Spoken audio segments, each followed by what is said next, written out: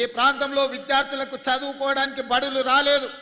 ఈ ప్రాంతంలోని మా మహిళలకు స్వయం సహాయక సంఘాలకు సున్నా వడ్డీ ఇవ్వలేదు.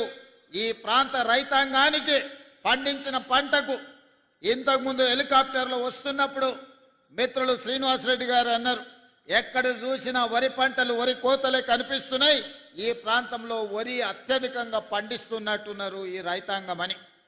నేను గుర్తు చేయదలుచుకుని ఈ ప్రాంత వరి రైతాంగం పండించే రైతులకు ఆనాటి ముఖ్యమంత్రి వరి వేసుకుంటే మీరు ఉరి వేసుకున్నట్టే ఒక్క గింజ కూడా కొనేది లేదు, మీ దిక్కున్న దగ్గర చెప్పుకోపోండి అని ఆనాటి ముఖ్యమంత్రి అన్నాడు. కానీ ఈనాడు ఇందిరమ్మ పాలనలో మీరు వరి పండించండి, మీరు పండించిన చివరి గింజ వరకు ఈ ప్రభుత్వం కొనుగోలు చేస్తుంది, మీరు సన్న వడ్లు పండించండి, 500 రూపాయల బోనస్ ఇచ్చి మిమ్మల్ని ఆదుకుంటాం, మీకు గిట్టుబాటు ధరనే కాదు వ్యవసాయాన్ని లాభసాటిగా చేస్తామని చెప్పి ఈనాడు మన ప్రభుత్వం నిర్ణయం తీసుకున్నది. ఆనాడు అన్నారు కాంగ్రెస్ అధికారంలోకి వస్తే రైతు బంధు బంద్ అయిపోతుందని, రైతు రుణమాఫీ అబద్ధాలని. నేను ఈనాడు గుర్తు చేయదలుచుకున్న రైతాంగానికి కాంగ్రెస్ వస్తే కరెంటు ఉండదని. ఇవాళ కాంగ్రెస్ వస్తే రైతులకు 24 గంటల కరెంటు ఉంది, కానీ గడిలలో పొంకనాలు పలికిన వాళ్ళ ఇండ్లలో కరెంటు లేదు. వాళ్ళకున్న కరెంటు మా కాంగ్రెస్ పార్టీ కార్యకర్తలు ఊడబెరికిండ్రు. వాళ్ళకు మాత్రమే కరెంటు పోయింది, తెలంగాణను దోసుకున్న వాళ్ళకు కరెంటు పోయింది. కానీ తెలంగాణలో దుక్కి దున్నే ప్రతి రైతుకు ఈనాడు 24 గంటల ఉచిత విద్యుత్తునిచ్చి, ఉచిత విద్యుత్ అంటే మాది, ఆ పేటెంట్ రైతు మాది.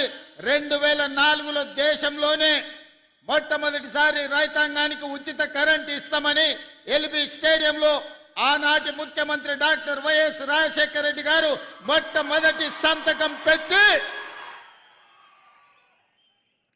రైతులకు ఉచిత కరెంట్ ఇస్తాం, వ్యవసాయాన్ని లాభసాటిగా చేస్తాం, రైతును రాజు చేసే బాధ్యత మేము తీసుకుంటామని ఆనాటికి ఉన్న రైతుల బకాయిలు 1200 కోట్లు మాఫీ చేయడమే కాకుండా వాళ్ళ మీద ఉన్న వందలాది క్రిమినల్ కేసులు ఎత్తేసింది.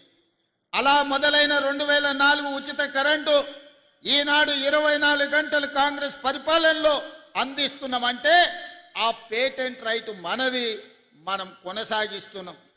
ఇదే కాదు, ఈనాడు మీరు ఆలోచన చేయండి, ఆనాడు సంవత్సరానికి ఎకరాకు 10,000 ఇస్తే ఈనాడు రైతు భరోసా పథకం కింద సంవత్సరానికి 12,000 రూపాయలు.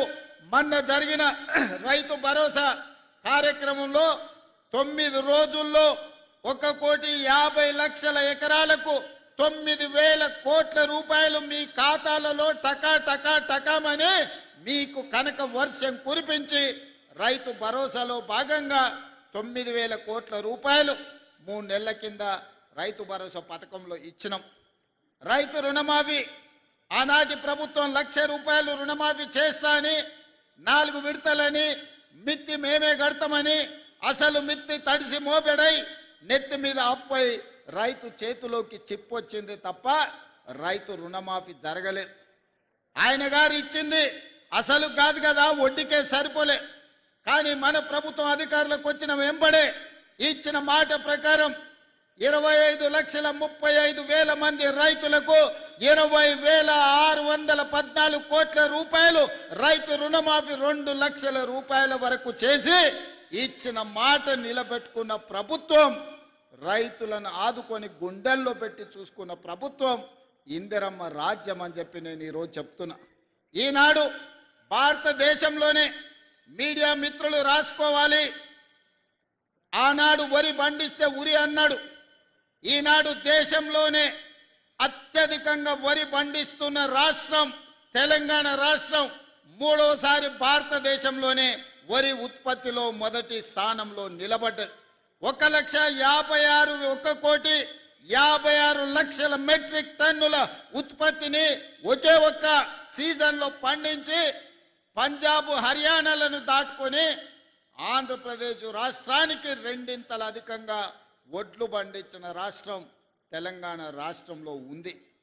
మరి ఆనాడు వడ్లు కొనమంటే కొనకపోతే కల్లాలలోనే రైతులు ప్రాణాలు వదులుకున్నది మనం చూసినాం. పోలీసులతోని లాఠీ చార్జీలు చూసినాం.